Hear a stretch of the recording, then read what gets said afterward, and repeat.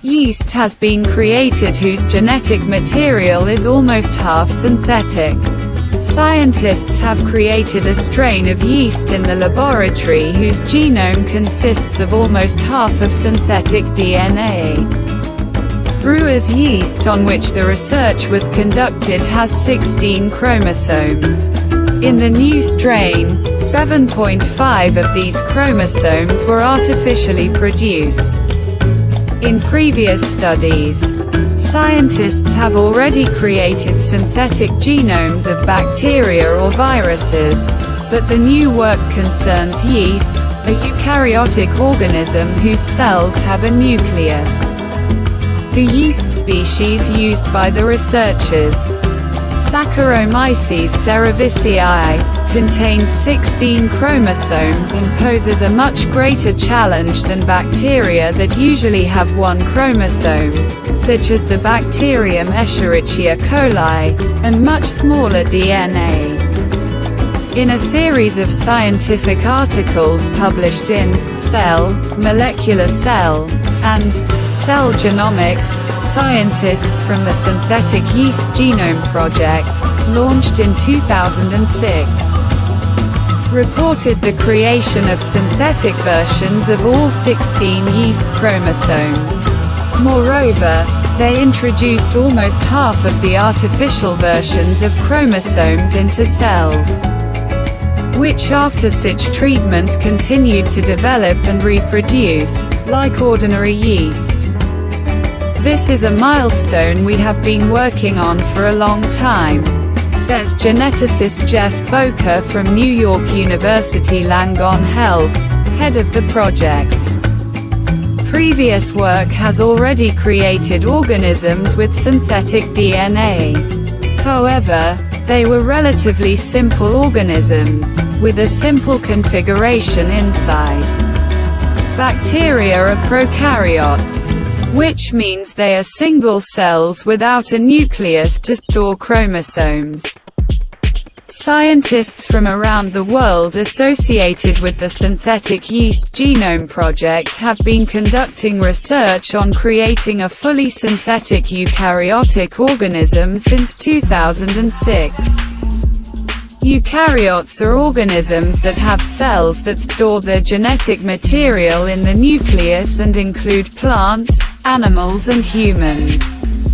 Scientists targeted yeast. Why? Yeasts are relatively well-known organisms. We have been using them for thousands of years for various things. Baking bread or brewing beer are just some of the more obvious uses. But yeast is also used to produce various chemicals. Additionally, they have a relatively compact genome, making it easy for researchers to create synthetic chromosomes in their cells. Scientists hope that yeast-based artificial organisms could one day produce drugs or fuel. The development of synthetic genomes could also facilitate the modernization of many organisms key to industry, agriculture and medicine. Scientists have tinkered with the genomes of yeast and many other organisms using genome editing technologies such as CRISPR. However, building a new version from scratch opens the door to making larger changes to the organism's genome and delving deeper into its organization, function and evolution. In 2014, a synthetic chromosome was created, the first of 16 yeast chromosomes. In 2017, another 5 synthetic chromosomes were added. Now researchers have created artificial versions of all 16 of yeast's chromosomes. Research teams associated in the project developed one chromosome each. The original genes were replaced with artificial versions. In other words, scientists replaced what nature designed with identical-looking genetic material, only assembled in a laboratory. A team from the UK led by Dr. Ben Blount from the University of Nottingham and Professor Tom Ellis from Imperial College London developed chromosome 11. The constructed DNA sequence consists of approximately 660,000 base pairs, the letters that make up the DNA code. Chromosome 3, the first synthetic chromosome developed in 2014, contained 273,871 DNA base pairs. This is less than in the original, because it has 316,667 base pairs. But scientists have removed some of its elements and added new ones. Scientists primarily wanted to eliminate potential sources of instability in the yeast genome. One is large stretches of repeating DNA that do not code for anything but can join together in natural processes, causing major structural changes in the genome. Synthetic biologists want to have complete control over the modified yeast, so the team combed the S. cerevisiae genome using computer programs to find highly repetitive regions and then removed them. These sequences are actually parasites of the genome, Boca said.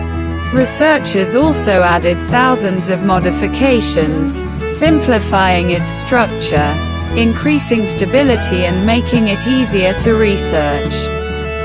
Another research team, led by biologist yCzKw from the University of Manchester, created a completely new, 17th chromosome in yeast. Scientists placed DNA segments coding for transport RNA removed from chromosomes. tRNA is crucial to cell function. It carries amino acids to the machinery that makes proteins from them. However, the DNA sequences encoding them pose many problems, as Kai put it, because they are the main sites of DNA damage. By placing 275 yeast tRNA genes on a new chromosome, scientists hope to domesticate them, moving them to their own chromosome, designed for greater stability, was a way for the team to gain more control over the synthetic yeast. We have shown that all chromosomes can be successfully built from scratch using the same design principles, said biologist Yue Shen of BGI Research, who led one of the teams. What remains is to incorporate the chromosomes into the same yeast cell and determine whether it is healthy. To do this, the researchers created strains of yeast, each containing one of the modified chromosomes, along with natural versions of the other 15. They then repeatedly combined these cells to see if the daughter cells had more than one synthetic chromosome. By repeating this procedure, they eventually produced yeast containing 7 full-sized synthetic chromosomes and a fragment of another. This process was time-consuming. Scientists had to test whether each yeast cell containing a synthetic chromosome could survive and function normally. Additional problems arose when the cell contained 2 artificial chromosomes. But everything was resolved, including thanks to the use of CRISPR-Cas9 gene editing technology. With all these changes, the cells that eventually received 7.5 synthetic chromosomes lived, developed and could replicate. It is the first eukaryotic organism whose genetic material is almost 50% it is synthetic. We are already halfway there, admitted Boca. But the synthetic genome is not intended to be a simple copy of the natural one. It It is designed with new features that provide cells with new capabilities not found in nature. One of these functions allows researchers to force cells to shuffle their genomes, creating millions of different versions of cells with different characteristics that could be used in medicine or biotechnology. Synthetic chromosomes are a huge technical achievement in themselves. They also offer enormous opportunities. This could range from creating new strains of microbes for greener bioproduction to helping us understand and combat diseases, said Ben Blount from the University of Nottingham. The Yeast Synthetic Genome Project is a fantastic example of large-scale science achieved by a large group of researchers from around the world, he added. The Synthetic Yeast Genome Project Consortium is currently working to replace the remaining natural chromosomes with synthetic versions. The final completion of the project is planned for next year.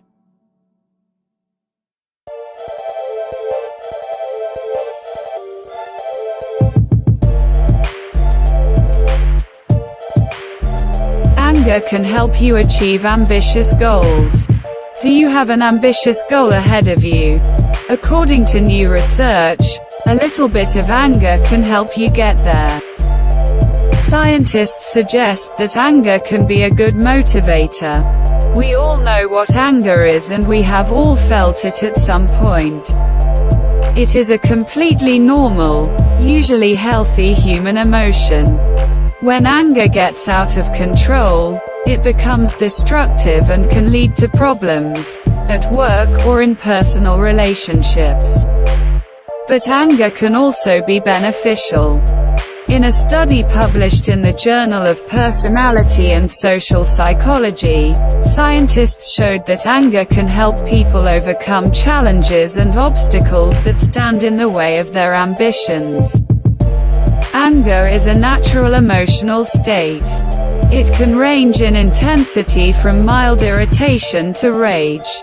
In functional terms, it is an emotion that appears in response to various events in the environment and is intended to prepare one to evaluate the event and possibly take action.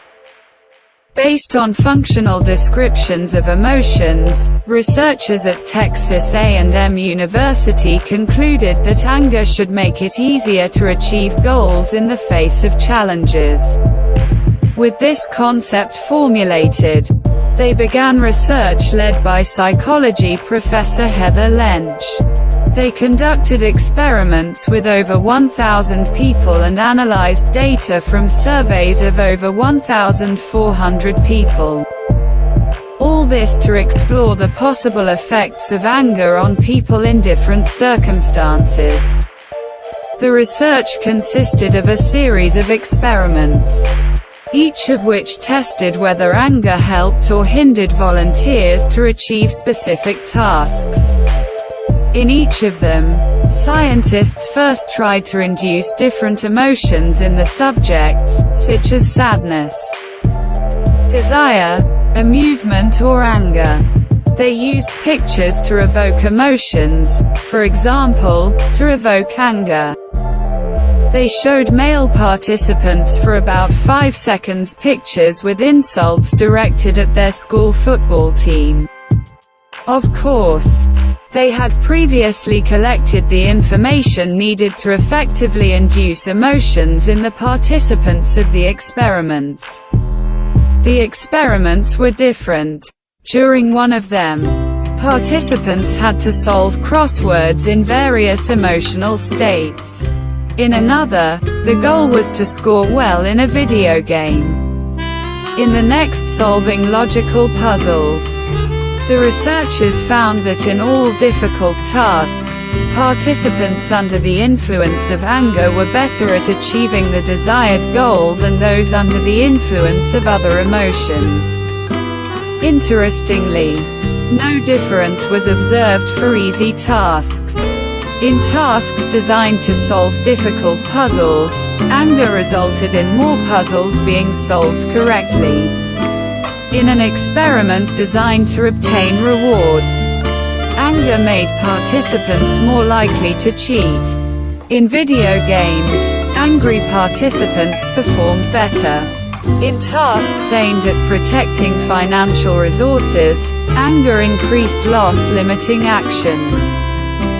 The researchers also found that anger shortened reaction times and made decisions faster in controversial choices. These findings show that anger increases efforts to achieve a desired goal, often resulting in greater success, Dr. Lynch said. Why does anger help you achieve your goal? Researchers suggest that anger is associated with greater perseverance.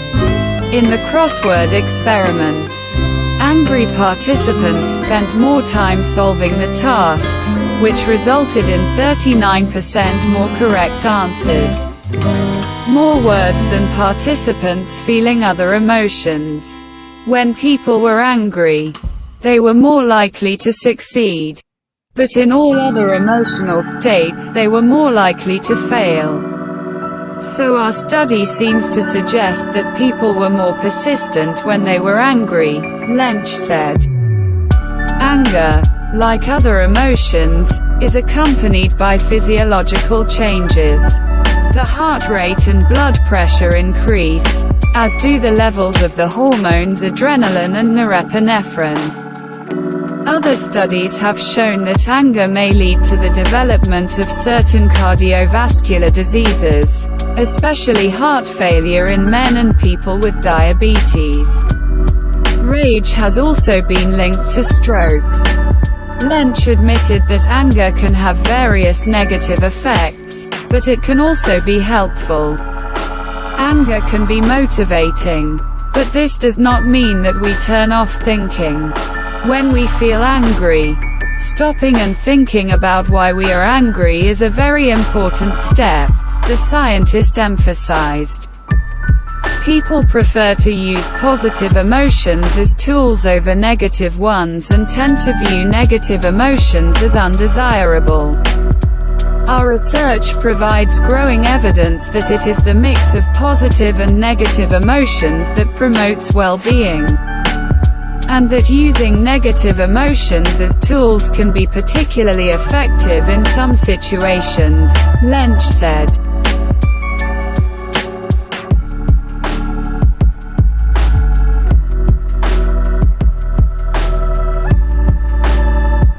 An experimental implant allowed a man with advanced Parkinson's disease to move freely, thanks to electrodes implanted in the spinal cord.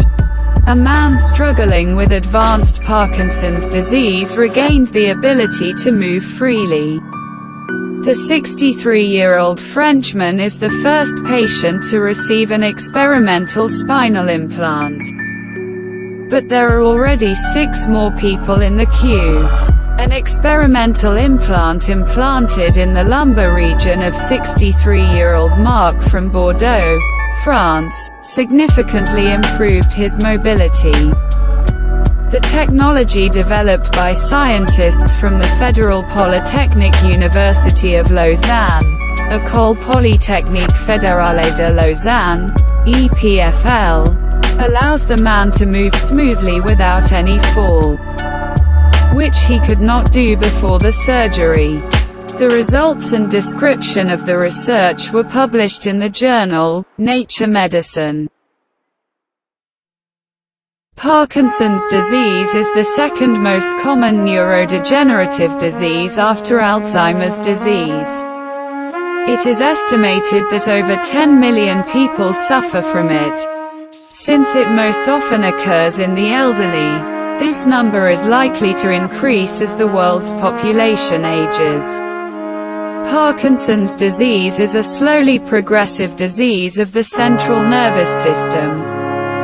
Paralytic tremor, as it is also called, is caused by a deficiency of the neurotransmitter, dopamine. This is caused by the death of neurons that produce the neurotransmitter. Dopamine helps control and coordinate movements, which is why Parkinson's patients have such characteristic symptoms as tremor, stiffness and balance disorders. In Parkinson's sufferers, there is also a clear disturbance of body posture and gait. Patients move in small steps, the so-called shuffling gait. They also lose balance when walking with their upper limbs. These disorders often lead to falls. 2 years ago, a man suffering from Parkinson's disease had an implant implanted to improve communication between the patient's brain and limbs. Its action enhances the signals transmitted between the brain and the legs.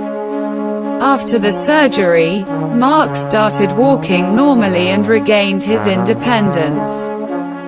I could no longer move without constantly falling, several times a day. In some situations, for example when entering the elevator, I was trampling on the spot, you could say, as if I was frozen.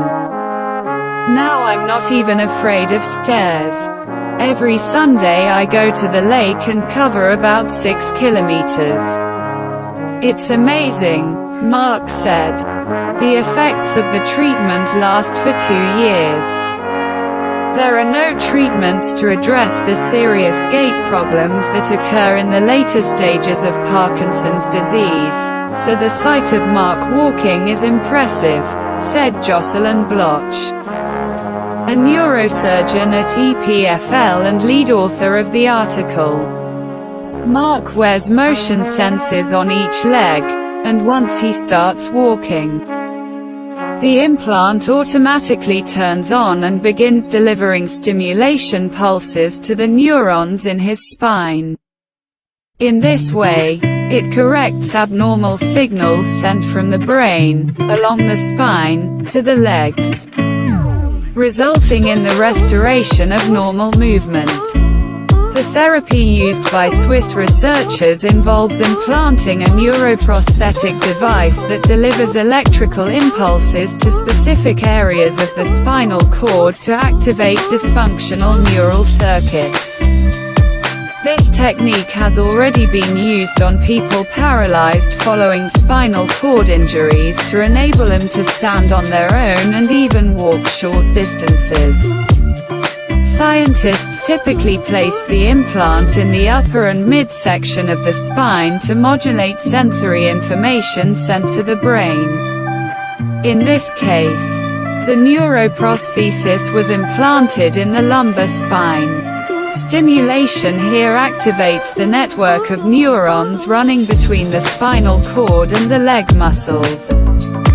EPFL researchers successfully used this strategy in people with paralysis caused by spinal cord injury and concluded that it could also be used to treat Parkinson's disease. However, before Mark was implanted, scientists collected data on the course of the disease, his deficits and walking patterns by placing sensors on his feet and legs. They then configured the stimulation to compensate for any dysfunctions, such as poor knee extension or problems with the tension of the buttock muscles. However, the implant has only been implanted in one person so far, so it is not entirely clear whether this approach will be effective in other people. There is simply not enough data to say that this approach will be better. EPFL scientists plan to implant implants in 6 more people with advanced Parkinson's disease. Mark had previously undergone standard treatment for Parkinson's disease, which included deep brain stimulation, which involves implanting a neuroprosthesis deep into the brain. It helped reduce some symptoms but did not help overcome mobility problems. Grégoire Courtine, a neurologist at EPFL who developed the technique, and Bloch tested spinal stimulation alone and in combination with deep brain stimulation. They found that the best results were obtained by combining these two methods. A team of scientists from EPFL has been conducting research on implants and other methods of treating people after spinal cord injury for years. In 2018, they put 3 paralyzed men back on their feet using precise electrical stimulation that stimulates the nerves of the spinal cord through a wireless implant.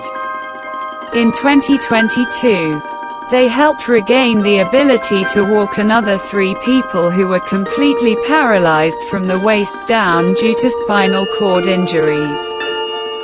Swiss scientists have also identified a group of nerve cells that are crucial in the process of regaining the ability to move by paralyzed people.